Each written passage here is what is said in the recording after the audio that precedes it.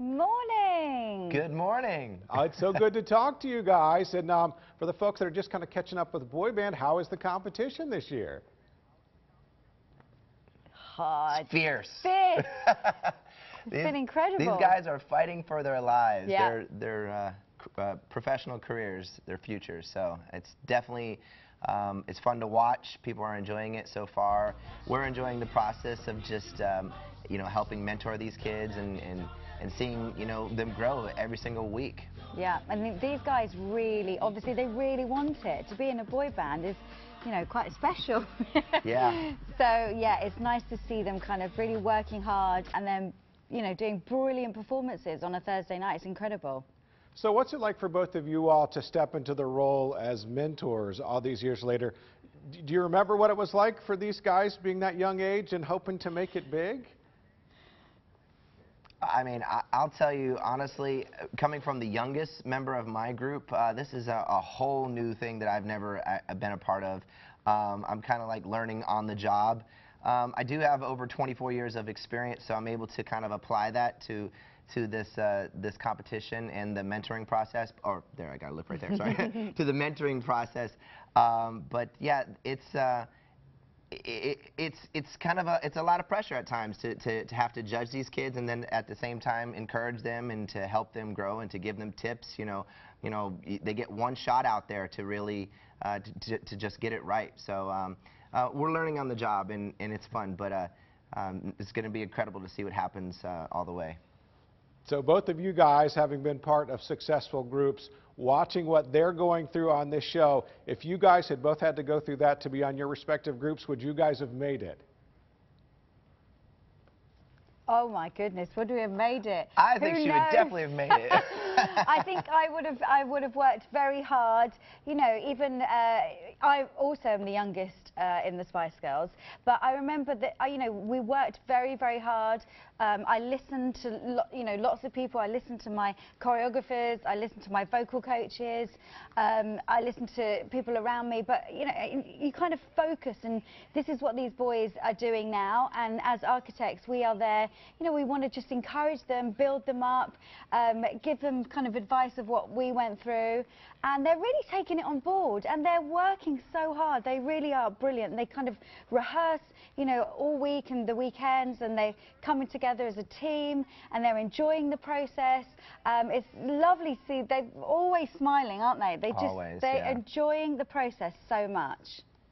So how much has the music industry changed? I mean, we think back to having our stacks of CDs not too long ago, now to streaming. How much has the industry changed since you guys have both gotten into it?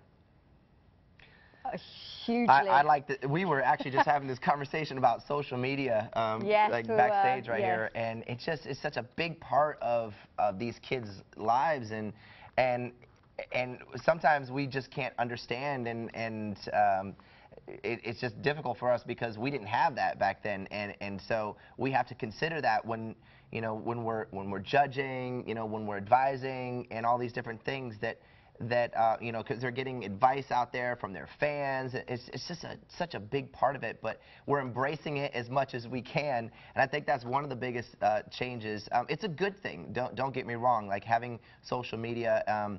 To be able to get yourself out there, and these kids actually they need the support, these fans, because this show needs voters for them to literally save them. Now we're to that process where we put 2 at the in the bottom, and then we just give it to America, and America needs to help us make that decision. They got to help us save the members that they love. So social media can play a big part in that.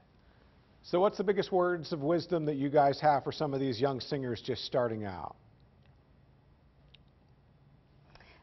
Mine personally, for we're creating a band, but we're creating a team, a family.